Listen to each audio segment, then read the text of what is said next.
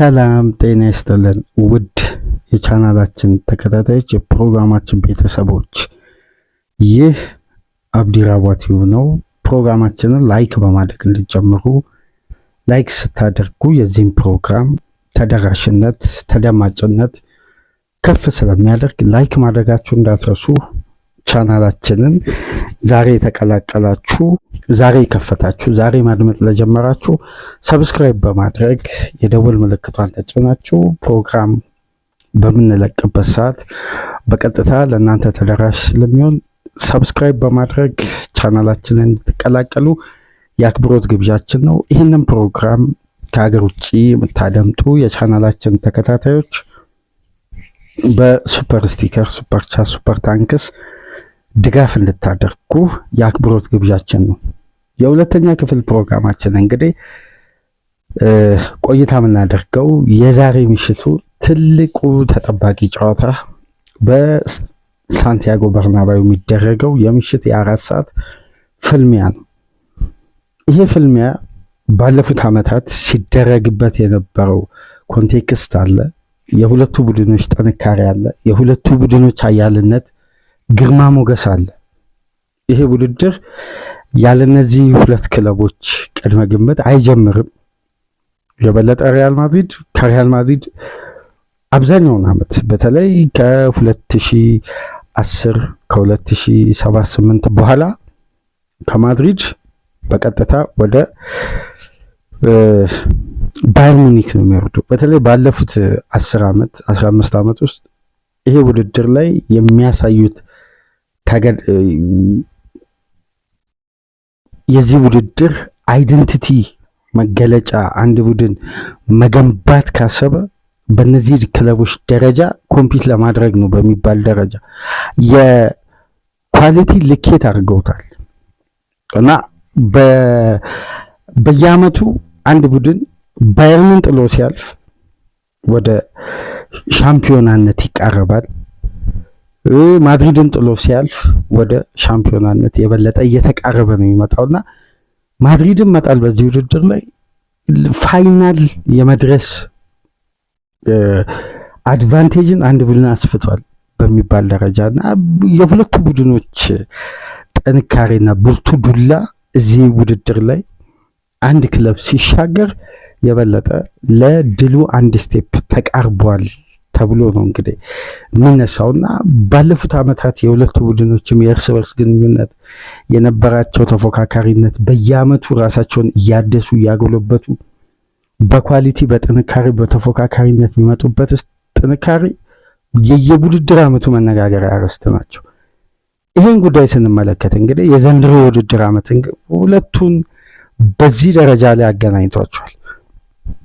የኖክአውት ስቴጅ የሁለቱ ቡድኖች የሩብ ፍጻሜ ጨዋታ ዛሬ ምሽት ካለፉት ጊዜያት በረጅም ርቀት በተሻለ ጥንካሬ ይገናኛሉ። ሁለቱ ቡድኖች ለምሳሌ የሁለቱ ቡድኖች በሱፐር ክላስ ደረጃ ሁለት ቡድኖች በተመሳሳይ ስታንዳርድ ወይም ባላቸው ኳሊቲ ጥንካሬ ከአሰልጣኝ እስከ ተጫዋቾች ድረስ የነበረው ግንኙነት የምናስታውሰው ሮናልዶ የምንጊዜም የአንድ የውድድር ዓመት የሻምፒዮንስ ሊግ እግር ኳስ ኮከብ ጎል አግቢ የሆነበት የአሊያንዝ አሬና የመጀመሪያ ዙር ግንኙነትና ሁለት ካርሎ አንጀሎቲና ፔፕ ታች ላይን ላይ ነበሩ።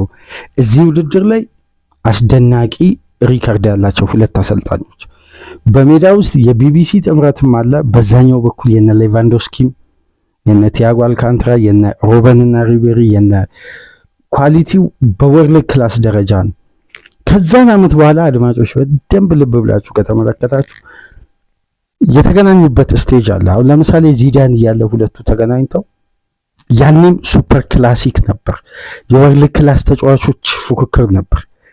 ግን ከዚዳን በኋላ ዚዳንና በተቃራኒው ባየር ሙኒክን ሃንሲ ፍሊክ ይዘው በተገናኙበት ወቅት ያን ኳሊቲ ተመለከትን። ከዛም በኋላ ያን ስታንዳርድ አላየን።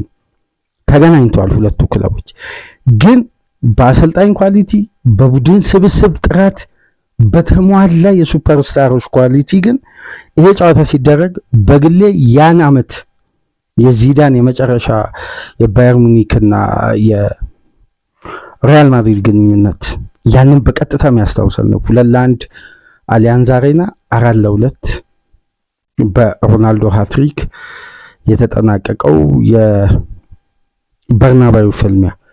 እነዛን ጉዳዮች ስናገናኝ ግን ያሁኑ በአዲሱ ጀነሬሽን የሚደረግ ከፍተኛ ትንቅንቅ ይሄ በቃ አዲሱ ጀነሬሽን ያን የሮናልዶና የሜሲን ዶሚኔት ያደረጉበት ጀነሬሽን ማብቂያ ማሳያዎች አሁን ሁለቱ ቡድኖች ውስጥ ያሉ ሱፐርስታሮች በስክሪናችን ላይ የምትመለከቷቸው የተጫዋቾች ፉክክር ነው። ይሄ ሱፐር ክላሲኮ የሁለት የዚህ ውድድር ፈርጠም ያሉ ሀያላን ክለቦች ግንኙነት በፋይናንስ ብትሉ ተጫዋቾችን ለማስፈረም ተጫዋቾችን ለመሳብ የአንድ ቡድን ጣሪያ ነጩ ቤት ነው። ከዛም በኋላ ሙኒክ መዘዋወር ቢያንስ የአንድ ዋንጫ ዋስትና አለው። አንድ ተጫዋች በትንሹ የአንድ ዋንጫ ዋስትና አለው። ጠለቅ ብሎ ደግሞ ከተጓዘው የሁለት ዋንጫ ቻምፒየንስ ሊግን ጨምሮ ዋስትና አለው። አንድ ሱፐርስታር ለወርልድ ክላስ ደረጃ ፐርፎርም ለማድረግ ማድሪድ መሄድ ትልቁ ምርጫው ነው ይባላል። ባየርን መሄድ ደግሞ ለስኬቱ መንደርደሪያ በር መክፈቻ ነው ይባላል። የሁለቱ ቡድኖች ግንኙነት ሁሌም ፉክክሩ ማራኪ ነው። ታስታውሱ እንደሆነ አንዱን ጥሎ የሚያልፍበት ሞመንት ካለ በአመቱ መጨረሻ በውድድር አመቱ ማብቂያ የውድድሩ ሻምፒዮን ነው የሚሆኑት። በደንብ አስታውሱ። ሙኒክ በአርነ ሮበን ጊዜ የሻምፒዮንስ ሊግ እግር ኳስን የየርገን ክሎፕ ዶርትመንድን አሸንፈው ሻምፒዮን ሲሆኑ ባርሳን፣ በዛ በኩል ዶርትመንድ ማድሪድን ዩፒኤንክስ ነበር። ያንን ቀደም ብለው ፍጻሜ ሲደርሱ ከቼልሲ ጋር በተነጠቁት ዋንጫ ማድሪድን ጥለው ነበር ሙኒክ ያለፈው እና ማድሪድን ማለፍ ለዋንጫ መቃረብ ለዋንጫ ራስ ማዘጋጀት ነው በቻምፒየንስ ሊግ። ቼልሲ ማድሪድን አልፎ ዋንጫን አንስቷል። ሊቨርፑል ሙኒክን አልፎ ዋንጫን አንስቷል። ስንመለከት እነዚህ ሁለት ክለቦች መጣል ፋይናል ጋራንቲ ይኖረዋል ይባላል። ለምሳሌ ያምናው የፋይናሊስት ሙኒክን ጥሎ ነው ሄደው ኢንተር ሚላን፣ ከዛም በኋላ ባርሳን ነው ያለፈው። እነዚህን ጉዳዮችን ከግምቱ ስናስገባ የዚህ ውድድር መለኪያ ናቸው ሁለቱ ቡድኖች።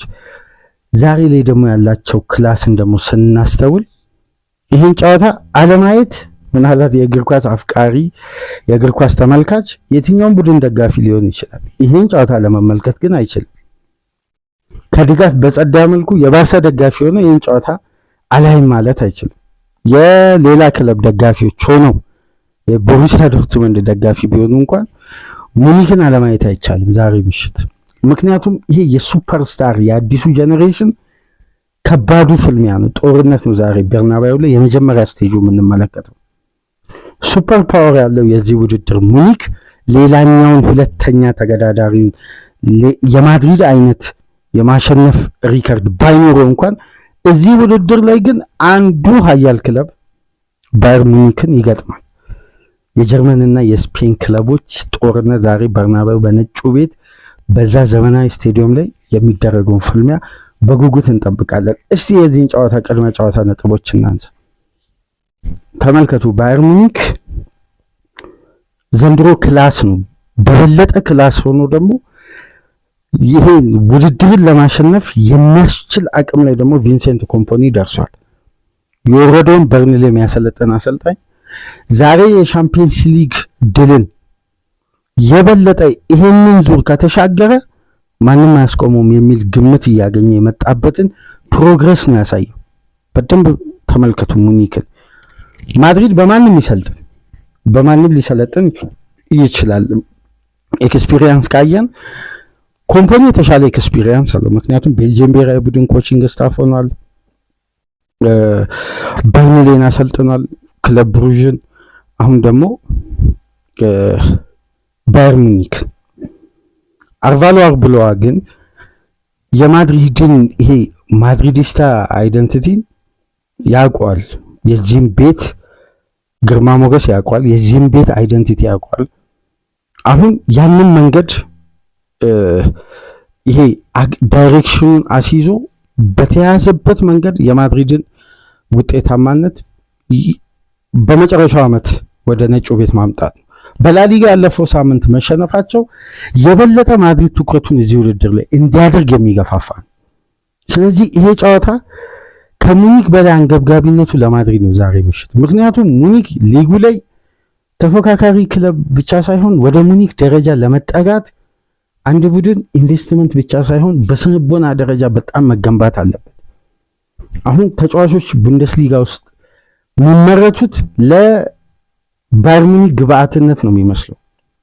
በቃ አሁን ባየር ሙኒክ ከዛ ውድድር አቅም በላይ ሆኗል፣ በተለይ የዘንድሮ ሙኒክ። ስለዚህ የጨዋታ ለሁለቱም ቡድኖች ካያችሁት እዛ ጋር በተፎካካሪ ማነስ ወይም ሱፐር ዶሚኔት በማድረግ በሙኒክ ኃያልነት የተቆጣጠሩት ሊግ ስለሆነ የበለጠ መቆጣጠር ደግሞ ፈልገው ከፍተኛ ኢንቨስትመንት የሚፈጽሙበት ለዚህኛው ውድድር ነው። ስለዚህ ለማድሪድ አንገብጋቢ ነው ለዘንድሮ ውድድር ዓመት ሲዝኑን ለማሳመር። ዛቢ አሎንሶን አሰናበተ፣ የተጫዋቾች ቅሬታ ነበር። እነዛን ሁሉ ቅሬታና ውጥንቅጥ የወጡ ጉዳዮችን መስመር የሳቱትን ወደ ሀዲዱ አስገብቶ ቢያንስ ከአሎንሶ ጊዜ አሁን የተሻለ ጊዜ ማድሪድ እያሳለፈ ነው በአርቫሎ አርብሎዋ ውስጥ። ስለዚህ የዛሬ ምሽቱ ጨዋታ የሁለቱ ክለቦች ብርቱ ፉክክር በጣም በሚናፈቅ ደረጃ የምንመለከተው በአመት ውስጥ ከምናጣጥማቸው የሃይ ክላስ ፉትቦል ጨዋታዎች መካከል አንዱ ሃይ ክላስ ሃይ ስታንዳርድ ፉትቦል እና ማድሪድ እንግዲህ ሲቲን ጥሎ ነው የመጣው። ይሄን ጉዳይ ደግሞ ስናስብ ባየር ሙኒክ በድምሩ 10 ግብ አስቆጥሮ ነው የመጣው አትላንታ ላይ። ራሄ የለም። ሙኒክ የፊት መስመር፣ ማድሪድ የፊት መስመር ደግሞ ወርልድ ክላስ ነው። ጥረት በአስደናቂ ኳሊቲ ያለበት ነው። እስቲ ሁለቱም ቡድን በታትነን እንመልከት። የሁለቱንም ቡድን የዘንድሮ የውድድር ዓመት ከትላልቅ ድክመቶች ከጀመርን የሁለቱም ቡድኖች አብዛኛው የእግር ኳስን ቤተሰብ የሚስማማው የባክፎሩ አሳሳቢነት ነው። ኮንሲስታንሲ ማጣት፣ ለግብ የቀረቡ እድሎች የሚፈጠሩባቸው፣ በሚያገቡት ግብ የተከላካይ ክፍሉ የሚሸፈን ነው። የሁለቱም ቡድኖች የበለጠ ሊገነባ ለቀጣይ ሳመር በሁለቱም ቡድኖች ስትራቴጂካል የዝውውር መስኮት እየተጠባበቁ የሚገኙት የመጀመሪያው ክፍል የተከላካይ ክፍላቸው ማሳደግ ነው። ነገር ግን ወደ ሁለቱም ክፍል የአማካይ ዲፓርትመንት ስንመጣ ይሄ ሌሎች ክለቦች ላይ ማናየው እነዚህ ክለቦች ላይ የምናየውና ለምን እዚህ ውድድር ላይ ሀያል የሚሆኑበት ሚስጥር ግን ከአማካይ ክፍሉ ይጀምራል። ለምሳሌ የፊዴ ቫልቬርዴ የማድሪድ አይከን አሁን እሱ ከነ ሮናልዶ፣ ሞድሪች፣ ክሩስ፣ ቤንዜማ፣ ቤል ከነዚህ አይኮን ከሆኑ ተጫዋቾች ጋር አንደኛ የላቀ ኤክስፒሪየንስ አለው ከነ ራሞስ ጋር ማድሪዳዊነት አሁን የሚገለጽበት ተጫዋች በአዲሱ ጀነሬሽን ውስጥ ግንባር ቀደም የተጫዋች ነው። ሜዳ ውስጥ ያለው ፍላጎት ጥረት ለማድሪድ አሁን ላይ ይሄ የማይነኩ ብቻ ሳይሆን ይሄ ቡድን ፕላን ሲያደርግ ቫልቬርዴ ብሎ ነው ፕላኑ የሚጀምረው። ልክ በቀድሞ ራሞስም ሮናልዶም እያሉ በዲፓርትመንት ግንባታ እንደሚጀምረው አሁን የማድሪድ መለያ ተደርጎ የሚወሰደው ፊዴ ቫልቬርዴ ነው። ሙኒክ ቤት ስትመጡ ደግሞ እነ ጆሹዋ ክሪሚች አሉ። የወደፊቱ ቫልቬርዴ ቴክኒካሊ ግን ባየር ሙኒክ ልክ ማድሪድ ቫልቬርዴን በሚመለከተው ደረጃ የሚመለከተው የራሱ የሆነ ብዙ ያልተወራለት አዲሱ ቫልቬርዴ አላቸው። አሌክሳንደር ፓቭሎቪች ምን አይነት አስደናቂ ምርጥ አማካይ እንደሆነ ስለዚህ ተጫዋች ቁጥሮች ወደ በኋላ አነሳላችኋል። ይህን ተጫዋች ስትመለከቱት ሜዳ ውስጥ ያለው ሚናና አስደናቂነቱን በአንድ አጋጣሚ ላንሳላችሁ። ለመጨረሻ ጊዜ ማድሪድና ሙኒክ ሲገናኙ ቱሄልና አንጀሎቲ ነበሩ። ያ የሆሴሉ ድራማ የመጨረሻ ደቂቃ ታምር ለዛሽ ጨዋታ ማድሪድ ቤት ኮንትራት ተሰጥቶት ቤንች ሲያሞቅ የነበረ ተጫዋች ለዛች አጋጣሚ ግን የማድሪድ አይደንቲቲ እና ይሄ የመጨረሻ ደቂቃ ቁማር ካርሎ አንጀሎቲ ወደ ስኬት ወደ ፋይናል ያበቃውን ትልቁን አጋጣሚ የፈጠረው ሆሴሉን ቀይሮ አስገቡ። ሁለት አስደናቂ ግብ አስቆጠረ። በመጨረሻ ደቂቃ ማድሪድን ወደ ዌምብሌ ይዞ መጓዝ ቻለ። ዶርትመንድ ማድሪድ አሸንፎ ዋንጫውን አነሳ። ማድሪድ አሁን ይሄ ማጂክ ሞመንትን ክሬት ለማድረግ አንደኛ ድፍረቱ እዚህ ቡድን ላይ ኃያል ያደረገው የዛ ጨዋታ የመጀመሪያ 45 በሻምፒዮንስ ሊግ እግር ኳስ በግማሽ ፍጻሜ ታሪክ ተመዝግቦ አያውቅም። አሌክሳንደር ፓቭሎቪች 7 ፓስ ሞከረ፣ 70ውን ፓስ በስኬት ተጠናቀቀ። አንድ ተጫዋች 70 አቴምፕት አድርጎ እንደ 70ውን ይጠናቀቃል? ይሄ ማለት በርናባዩ ላይ ነው። ፓቭሎቪች ያኔ 17 ዓመቱ ልብ በሉ 17 ዓመቱ ነው የተጫዋች።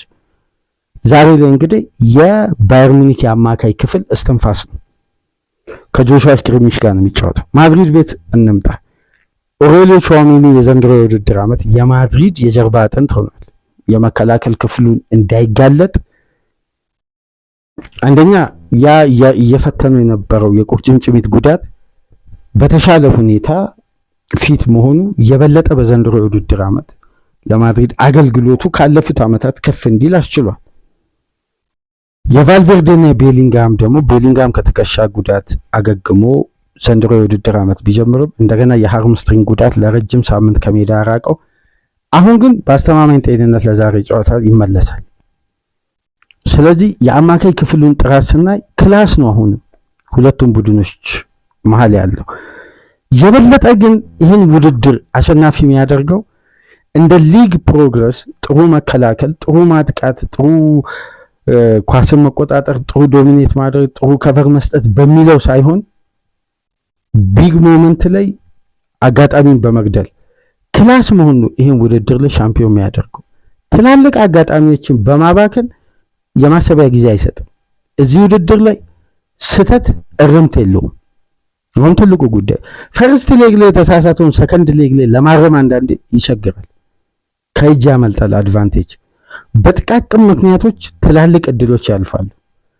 ለዚህ ደግሞ አስደናቂ የሚያደርገውና ሁለቱም ቡድኖች ክላሳቸውን የበለጠ ከፍ የሚያደርገው ፋይናል ሰርድ ነው። ይሄ ሱፐር ፓወር ያላቸው የቪኒና የባፔን የክላስ ደረጃ አስቡት። ሁለቱ አሁን ላይ ያሉበት ብቃት ቪኒ ከአሎንሶ መልቀቅ በኋላ እንዴት ነው ብቃቱ የተስተካከለው? ኪሊያን ኤምባፔ በየ56 ደቂቃው በየሻምፒዮንስ ሊግ የሚያስቆጥር ተጫዋች ነው በተሰለፈበት ጨዋታዎች በአማካይ።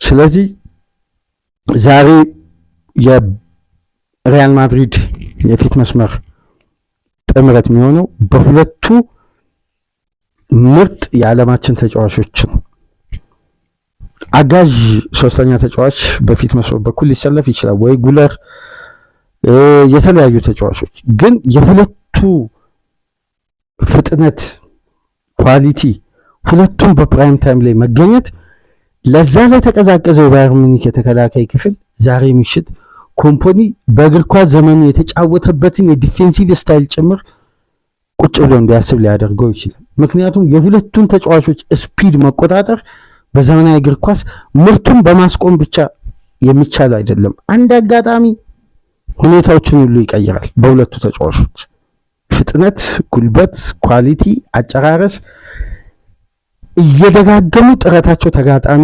የሚያደክም ለማርኪንግ የማይመቹ አሁን እኮ ባፔም ቪኒም አክሰለሬት ማድረግ ከጀመሩ በኋላ እንዴት ነው አንድ ተጫዋች የነዚህን ተጫዋቾች ፍጥነት ተቆጣጥሮ በኢንተርሴፕሽን በታክል በምን ሊያስቆም ይችላል? ባይሆን ለነሱ ፔኔትሬሽን የሚሸጋሸገውን የታክቲክ ኢንስትሩመንት እዛው መገደብ አንዱ ሂደት ሊሆን ይችላል። ግን በሻምፒዮንስ ሊግ እግር ኳስ ምን ተመለከትን? ኮርቷ አሲስት ያደርጋል ለቫልቬርዴ። ስለዚህ የማድሪድ ስትራቴጂ የጨዋታውን ይዘት መሀል ላይ ነው የሚጀምረው። ማድሪድ እኮ ኤክስፔክት ማይደረገው ለዚህ ነው። በጨዋታ ታክቲክ አንድ ቡድን ለማድሪድ የራሱ የያዘውን ዘይቤ ሜዳ ላይ ለመፈጸም እንደማንኛውም ክለብ ማምጣት አለበት እንጂ ከተዘጋጀ ነው ኦርደሩ የሚበላሽ። ማድሪድ የዛን ቡድን አጫወት የመጀመሪያ 20 ደቂቃ ተበልጦም 15 ደቂቃ ውስጥ አዳፕት ያደርጋል። በዛ መሀልም አደጋ ካገኘ ያስቆጥራል። ግን አዳፕት ካደረገ በኋላ የሚሰጠው ምላሽ ነው የማያባራ ማጥቃት የሚጀምረው እና ትላልቅ ሞመንቶችን በፍጥነት ወደ አስቆጣሪነት ይቀይራል። እዚህ ላይ ደግሞ ማድሪድ አንድ እዚህ ውድድር ላይ የሚጠቀማቸው አድቫንቴጆች አሉ። አሁን የበለጠ ፕሮባቢሊቲው ከፍ ያለበትን አድቫንቴጅ በመጠቀም እንደ ማድሪድ ከባድ ልምድ ያዳበረ ቡድን የለም። ለምሳሌ የመጨረሻ ሰው አደጋ የሚቆጣጠረው የመጨረሻው ተጫዋች በጊዜ ቢጫ ካርድ ካየ ያ ተጫዋች የማድሪድ የጨዋታ ስትራቴጂ በየደቂቃዎቹ ትኩረት ይሆናል። የማድሪድ ማጥቃት ያን ተጫዋች ፖዚሽን ያተኮረ ይሆናል። ይቀይሩታል እዛው ታክቲኩ። ስለዚህ ማድሪድ ኑሜሪካል አድቫንቴጅ እስከሚያገኝ ድረስ የነቪኒም የነባፔን ፍጥነት ያንን ተጫዋች ትኩረት ባደረገ ያን ተጫዋች እንግዲህ የነዚህን ተጫዋቾች ትኩረት ለመሳብ የነዚህን ተጫዋቾች ትኩረት ለመቀነስና አደጋውን ጫናውን ለመቆጣጠር በሚያደርገው እንቅስቃሴ ፋውሎች ይፈጠራሉ፣ ኑሜሪካል አድቫንቴጅ ይፈጠራል ለማድሪድ። ያኔ ሪያል ማድሪድ ሰው ጎሎበት እንኳን ተጋጣሚ ሙሉ ነው እንኳን የማይችለውን ከባዱን የማድሪድ ወረራን በኑሜሪካል አድቫንቴጅ አስቡት ሲቲ ላይ የተፈጠረው ጨዋታ። ስለዚህ የበለጠ የማድሪድ ስትራቴጂ ነው እዚህ ውድድር ላይ ስኬታማ የሚያደርገው እና ማድሪድ ከነዚህ ስቴጆች ካልዘለለ ቀጣይ ስቴጆች ላይ ተጋጣሚዎች በራሳቸው ስታይል ነው የሚያሸንፉት። ማድሪድ የሚባል አንድ ሜንታሊቲ አለ እዚህ ውድድር ላይ ሁሌም እሱ የሚያሸንፍበት እዚህ ውድድር ላይ የነገሰበት። አሁን ዛሬ ምሽት አንደኛው ፈተና ለሙኒክ እሱ ነው። የማድሪድ ፋይናል ሰርድ ይሄ ሮቴሽናል ትራያንግል ሩጫዎች አሉ አይደል? ቪኒ ወደ ዲያጎናሉ ሲፈጥን ባፔ ከላኛው ወደ ታች ሁለቱ ፔኔትሬት የሚያደርጉበት ፍጥነትና እየተጠላለፉ የሚያጠቁበት ስትራቴጂ ተጋጣሚ ለማርኪንግም አይመችም። የሚመጣውን ኳስ ለማቋረጥ የሚያደርገው ዝግጅት አሁን ነጩ ቤት ትኩረቱ በአጠቃላይ አቅሙ የሚጠቀመው እዚህ ውድድር ላይ ነው። የበለጠ የዛሬ ምሽቱን ጨዋታ አድማጮች ከባድ የሚያደርገው በሙኒክ የተከላካይ ክፍል ክፍተት የአርኖልድን ረጃጅም ኳስ ሙኒክ የመቋቋም አቅሙ አሁን በዘንድሮ የውድድር ዓመት አርኖልድን ከጉዳት ከመጣ በኋላ ካያችሁት ለባፔና ለቪኒ የሚጥላቸው ኳሶች በቀጥታ ወደ አደጋ እየተቀየሩ ነው።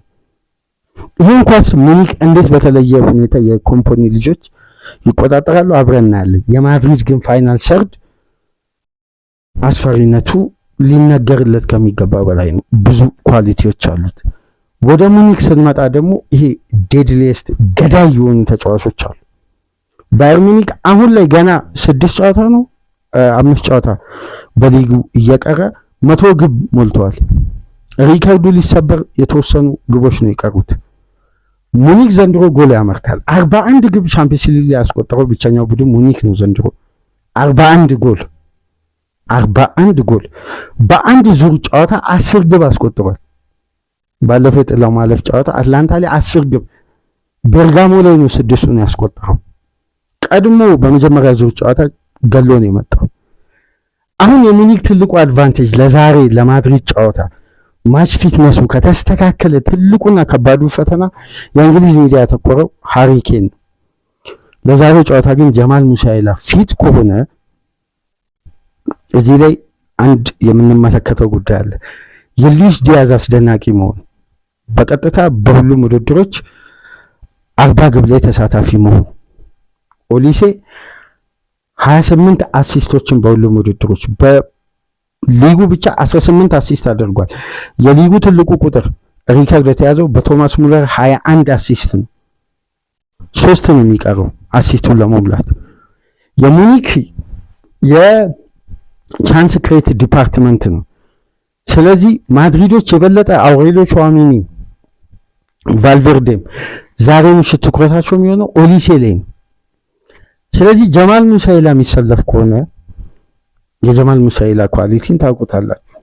በክላስ ደረጃ ፐርፎርም የሚያደርግ አስደናቂ የ10 ቁጥር ተጫዋች ነው በዘመናዊ እግር ኳስ። ይሄ ጀርመናዊ ፋይናል ሰርጅ አንደኛ ቅልጥፍን ነው እይታው ያልተጠበቁ ፓሶችን ከምንም ላይ ማድረግ የማስቆጠር በተለይ የፊት መስመር ተጫዋቾች የሚያገናኝበት ስቴጅ እና ይሄ የውሳኔው አቅም አንዳንዴ ከእድሜው በላይ ነው ይባላል።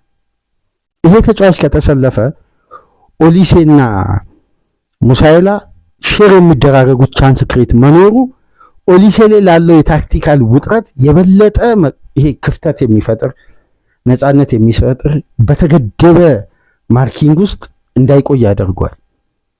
ምናልባት ዛሬ ምሽት ግምቶች እንደሚያሳዩት ከሆነ ሰርጂ ጊናብሪ በማሰለፍ አታኪንግ ሰርዱን በማብዛት የማድሪድን የመከላከል አቅምን የበለጠ የሚፈትን የፋይናል ሰርድ ስትራቴጂ ይዞ ለመግባት ነው ያሰበው ይላሉ ቢልድም እዛ በጀርመን የሚታተሙ ዘገባዎች ስካይ ጀርመኒን በፍሎሪያን ፕላተንበርግ የወጡ ዘገባዎች። እሱ አይደለም ዋነኛው ጉዳይ የሉዊስ ዲያዝ ክሬቲቭ መሆን፣ የኦሊሴ ክሬቲቭ መሆን፣ የጊናብሪ አስቆጣሪነቱ መመለሱ ሃሪ ኬንን ነፃ አውጥቶታል።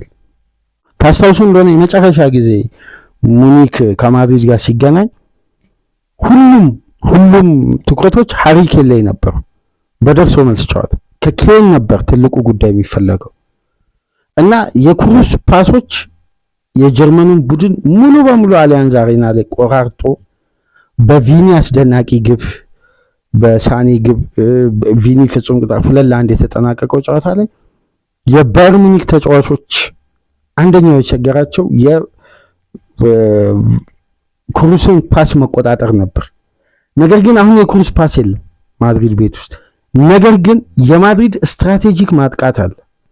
ስለዚህ ሙኒኮች የበለጠ ኦፌንሲቭ በመሆን ኦቨርሎዱን ፋይናል ሰርድ በማብዛት ብቻ እዛ ጋር የሚገኙ አጋጣሚዎችን በመግደል አሁን ኬን ነፃ መውጣቱ ለዛሬ ጨዋታ በጤንነት ፊት ከሆነ የበለጠ ይሄ የማይምር የፊት መስመር አማራጭ ነው ያለው ሙኒክ። ከሳምንታት በፊት አንድ ፕሮግራም በሶስቱ ተጫዋቾች ኦሊሴ ዲያዝና ኬን መካከል ያለውን መዋሃድ ታክቲካሊ በስፋት ያነሳነው ፕሮግራም አለ። ያንን ወደኋላ መለስ ብላችሁ አድምጡ። ሶስቱ ተጫዋቾች ገዳይነት ባህሪ ተላብሰዋል። ስለዚህ የዛሬ ምሽቱ ጨዋታ በሱፐር ክላሲክ በሁለት ክለቦች ጥምር ኃይል የሚደረግ ፍጥጫ ነው። በጣም አስደናቂ በክላስ ደረጃ የሚደረግ ጨዋታ። እኔ እንደነዚህ አይነት የሻምፒዮንስ ሊግ ምሽቶች ሁሉ ጥለው የሚያልፉት አስደናቂ የእግር ኳስ አጋጣሚዎች አሉ። እግር ኳስን ለማይመለከቱ ጧት እየመጡ እግር ኳስን ማየት እንደ አንድ የወንጀል ፕሮግራም እንደመመልከት አድርገው ለሚያወሩ ሚዲያዎች የእንደነዚህ አይነት ጨዋታ መጋበዝ ነው።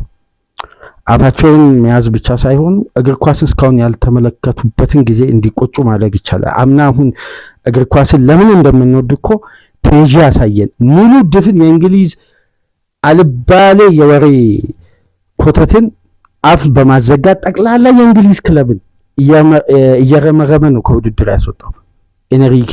ያውም አንድ ኤክስፒሪየንስ የሻምፒዮንስ ሊግ ጨዋታ ያለው ተጫዋች በሌለበት ስብስብ ውስጥ አስፈላጊውን ቅጣት እየሰጠ ቪላን፣ ሲቲን፣ ሊቨርፑልን፣ አርሴናልን እነዚህ ተጫዋቾች እነዚህን ክለቦች ሁሉ በዛኛው ፌዝ ደግሞ ያሉትን ተመልከቱ። የባርሳና የኢንተር ጨዋታ ዘንድሮን ቪዲዮን እንመለከታለን። እግር ኳስን አንዳንዴ በአገራችንም ሆነ በተለይ በአካባቢያችንም በአገር አቀፍ ደረጃ ተሰሚነት ያላቸው ሌሎች ፕሮግራሞች ላይ በጣም የሚያስገርመኝ ከሻምፒዮንስ ሊግ ከዓለም ዋንጫ ምሽቶች በኋላ እግር ኳስን እንደዚህ የሚመለከቱ እንደዚህ የሚል አስተያየት ሲሰጥ በጣም እና ይሄን የተለመደው ነው። በዚህን ሰዓት ዓለም ላይ ሊያዝናና የሚችል ነገር ከኳስ ውጭ ምን አለ? ዓለማችን የገባችበት ጭንቅ ጣጣ አለ። ዓለማችን ሰላም እንዲሆን በሁሉም በየዘርፉ ጸሎት በሚያደርግበት ወቅት ኳስን ማየት እንደ ወንጀል ተደርጎ የሚነሳበት ወቅት ላይ ስላለን ለእንደነዚህ አይነት ተመልካቾች የምንጋብዘው ጨዋታ ነው። ክላስ ስለሆነ እግር ኳስን አለማየት አንዳንዴ መበደልም እንደሆነ እንዲረዱት ማለት አለማየት ጭምር እግር ኳስ ምን እንደሆነ አለማወቅ በደልም እንደሆነ እንዲረዱት እንደነዚህ አይነት ምሽቶች አስደናቂ ናቸው። በዛ ላይ ደግሞ ለክቡራን አድማጮቻችን ይሄ ለአብዛኛው በነጋታው ወደ ስራ ለሚጓዝ ለእግር ኳስ አፍቃሪ ቤተሰብ ያ ሰዓት የቀድሞ ሰዓት አይመችም ነበር። 5 ሰዓት ተመልክቶ ተጨማሪ ደቂቃ ደግሞ አንዳንድ ጨዋታዎች አሉት። በተለይ ሁለተኛ ዙር ላይ አድካሚ ነው ምሽቱ። አሁን እንግዲህ በኢሮፒያን ሰዓት ተስተካክሎ 1 ሰዓት ቀንሷል። 4 ሰዓት ነው የሚደረገው። የበለጠ ለዚህ ለሳንቲያጎ በርናባዮ ፍልሚያ አመቺ ሰዓት ነው የሚደረገው። አብዛኛው የእግር ኳስ ቤተሰብ ይታደማል ተብሎ በመላው ዓለም ይጠበቃልና ሁለቱ ክለቦች ለ28ኛ ጊዜ ነው ዛሬ ምሽት የሚገናኙት። 26ቱን የተገናኙት በኖካውት ስቴጅ ነው። ባለፉት በተገናኙት ሁለቱ ክለቦች 9 ጨዋታዎች ማድሪድ በ9ኙም አልተሸነፈም፣ 7ቱን አሸንፎ 2ቱን አቻ ወጥቷል። ባየር ሙኒክ በታሪኩ ደግሞ 10 ተከታታይ በአውሮፓውያን ጨዋታ አንድም ቡድን ሳያሸንፍ የቆየበት ወይም ከ10 በላይ ጨዋታዎች የተመዘገቡት በ1988 እና 1993 በአጠቃላይ በሁሉም ውድድር ከዌርደር ብሬመን ጋር በነበረ ታሪክ ነው። ለ12 ጨዋታ የዘለቀ ያለማሸነፍ ጉዞ በሙኒክ እና 9 ጨዋታ እስካሁን ማድሪድን ያለፉትን ባየር ሙኒክ ማሸነፍ አልቻለም። ሁለቱ ክለቦች በዚህ ውድድር እንግዲህ አብዛኛውን ዩሮፒያን ካፕም ዩኤፋ ሻምፒየንስ ሊግም ጨዋታ ያደረጉ ክለቦች ናቸው። ማድሪድ 309 ጨዋታ ሲያደርግ ባየር ሌቨርኩዘን 248 ጨዋታ አድርጓል። አንድ ቡድን በሁለቱም ቶርናመንቶች ላይ ከ50 በላይ ጨዋታ በማድረግ እንግዲህ ሁለቱ ቡድኖች የተለየ ናቸው። በተለይ ደግሞ በዚህ ውድድር ላይ ከፍተኛ ድል በማስመዝገብ አንደኛ ላይ የተቀመጡ ሁለት ክለቦች ናቸው። ይቅርታ ሁለቱ ክለቦች ያደረጉት የጨዋታ ብዛት ከ309 ምናምን ይበልጣል። በጣም ከይቅርታ ጋር 515 ማድሪድ ሲያደርግ 309ን አሸንፏል። ባየር ሙኒክ 414 ጨዋታ ሲያደርግ 248ን አሸንፏል። ሁለቱ በዩኤፋ ሻምፒየንስ ሊግ ታሪክ ከፍተኛ ዊኒንግ ፐርሰንቴጅ ያላቸው ሁለት ክለቦች ናቸው የሚገናኙ 60.23 60.19% በማሸነፍ ማድሪድ እንግዲህ በዘንድሮ የውድድር ዓመት በኳርተር ፋይናል ላይ ሲገኝ 22ኛው ነው። ባየር ሙኒክ ደግሞ 24ኛው ነው። በኳርተር ፋይናል በመገኘት እንግዲህ በአብዛኛው ሙኒክ ከፍተኛ ቁጥር ያለውን ኳርተር ፋይናል መገኘት ችሏል። ነገር ግን ወደ ግማሽ ፍጻሜ በማለፍ ደግሞ ሪካርዱን የያዘው ማድሪድ ነው። ከ22ቱ 17ቱን በማለፍ በዚህ ውድድር ላይ አንደኛ ደረጃ ላይ መቀመጥ ችሏል ማድሪድ። ይህንንም እንግዲህ ከ17ቱ 10ን ጥሎ ያለፈው የጀርመን ተጋጣሚ ነው። ከ10ሩ ደግሞ 84.6% ጥሎ ያለፈው ቡድን ቢኖር ደግሞ ባየር ሙኒክ ነው። በዚህ ውድድር ላይ ሙኒክን መቀጥቀጥ እንግዲህ ለማድሪድ አንዱ የውድድር ዓመት ድሉን ማሳያ ነው። ሙኒክን ሲያልፍ ማድሪድ እዚህ ውድድር ላይ ሻምፒዮን ይሆናል። በአብዛኛው ሙኒክን ጥሎ ያለፈ ጊዜ ማድሪድን ለማስቆም በጣም ነው የሚቸግረውና ማድሪድ እንግዲህ ያለፉትን 4 የኖክአውት ስቴጅ ጨዋታዎችን ማሸነፍ ችሏል። በአርቫሎ አርብሎዋ በደርሶ መልስ ሲቲን፣ በደርሶ መልስ ቤኔፊካን በማሸነፍ ነው ወደዚህ መምጣት የቻለው። ምናልባት በዚህ የውድድር ታሪክ 5ኛ የኖክአውት ስቴጅ ጨዋታ ካሸነፈ በተከታታይ ከሃንሲ ፊሊክ የ2019-20 ባየር ሙኒክ በኋላ ከሉዊስ ኤንሪኬ 2014-15 ባርሳ በኋላ የመጀመሪያ አሰልጣኝ ሊሆን ነው። በዛሬ ምሽት ይሄን ድል የሚያስመዘግብ ከሆነ ባየር ሙኒክ በዘንድሮ የውድድር ዓመት ያስቆጠረው ግብ በክለቡ ሪከርድ ታሪክ 3ኛ ሆኖ ተመዝግቧል። በ2019-20 የሃንሲ ፊሊክ ቡድን በአማካይ በየጨዋታው 3.9 ያስቆጥራል። በ1972-73 የውድድር ዓመት 3.7 በአቨሬጅ ያስቆጥር ነበር በኤሮፒያን ካፕ ወይም በሻምፒየንስ ሊግ። ዘንድሮ የቪንሴንት ኮምፓኒ ቡድን ግን 3.2 ያስቆጥራል። ይሄ ማለት 32 ግብ በ10 ጨዋታ። ይሄ ለመጀመሪያ ጊዜ በተጠናቀቀው የውድድር ዓመት የነበረው የባየር ሙኒክ በ14 ጨዋታ 31 ግብ ነበር ማስቆጠር የቻሉት። ገና 10 ጨዋታ ሲያደርጉ 32 ግብ ባየር ሙኒክ ማስቆጠር ችሏል ማለት ነው።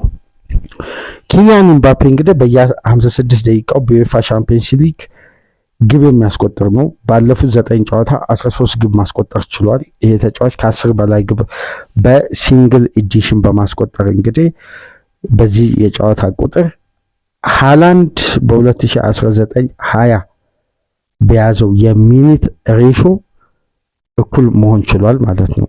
በየ56 ደቂቃው ሃላንድ አንድ ግብ ያስቆጥር ነበር። አሁን ከዛ ሪከርድ ጋር እኩል ሆኗል። የመጀመሪያ እንግዲህ እንግሊዛዊ የፊት መስመር ተጫዋች ነው በዩሮፒያን ውድድር ለተከታታይ ዓመት 10 ግብና ከዛ በላይ በማስቆጠር ሃሪኬን አምና 11 ግብ ዘንድሮ ከወዲሁ እንግዲህ 11 ግብ ማስቆጠር ችሏል ሃሪ ኬን በሻምፒየንስ ሊግ እግር ኳስ። ቪኒሲየስ ጁኒየር በዚህ ውድድር እንግዲህ የበለጠ አዳዲስ ሪከርዶችን እያስመዘገበ ነው የሚገኘው። ከተከላካይ ጀርባ በመሮጥ በዚህ ውድድር 133 ጊዜ በዘንድሮ የውድድር ዓመት በማስመዝገብ በአንድ የውድድር ዓመት ውስጥ 133 ጊዜ ከተከላካይ ጀርባ የሮጠ ተጫዋች በሻምፒየንስ ሊግ እግር ኳስ በሲንግል ሲዝን የለምና ይሄ አዲስ ሪከርድ የተመዘገበ ነው። 20 የተመዘገበው ደግሞ ከማንቸስተር ሲቲ ጋር ነው። ይሄ ሲቲን እንዴት የማድሪድ ቡድን ኤክስፕሎት ቅድም መግቢያ ላይ ያነሳሁት ሐሳብ ማለት ነው። የመጨረሻው ጉዳይ እንግዲህ የምናነሳው የአሌክሳንደር ፓቭሎቪችን የፓስ ቁጥር ነው።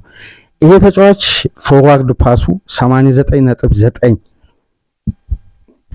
የሆነበት በሃይ ኢንቴንሲቲ ፕሬሸር ውስጥ 89.9 ፓሶችን በስኬት ያጠናቅቃል። ይሄ ማለት 73 ካደረጋቸው ፓሶች ውስጥ 68ቱ በስኬት ይጠናቀቃል። ይሄ ደግሞ ሃይ ሳክሴሲቭ ሬት ነው።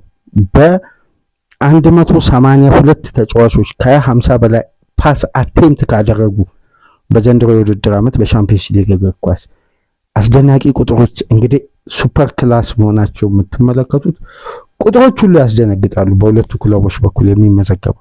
ስለዚህ ዛሬ ምሽት የምንመለከተው ኳስ ክላስ ነው። የምሽቱን ጨዋታ በጉጉት ነው የምንጠብቀው። ምሽት 4 ሰዓት የሚደረግ ነው። እንግዲህ ማድሪድ ወይስ ሙኒክ በመጀመሪያ ሌግ የሩብ ፍጻሜ ጨዋታ ሳንቲያጎ በርናባዩ ላይ ምሽት ተመልክተን ድረ ጨዋታ ነጥቦችን ነገ ይዘንላችሁ እንመጣለን። ለማንኛውም ላይክ፣ ሼር፣ ሰብስክራይብ ማድረጋችሁ እንዳትረሱ። ከሀገር ውጭ የምታደምጡ ድጋፋችሁ ያስፈልገናል፣ ድጋፍ አድርጉ። ኢንሳይድ ሊቨርፑል ተከትሎ ወደ እናንተ የሚቀርብ ፕሮግራም ይሆናል። በርናንዶ ሲልቫን እናወሳለን፣ ሌሎች ሀሳቦችንም እንሰነዝራለን። ዕለተ ማክሰኞን በ4 ፕሮግራም ቆይታ እናደርጋለን። ሳትርቁ ጠብቁን። ሰላም ቆዩ።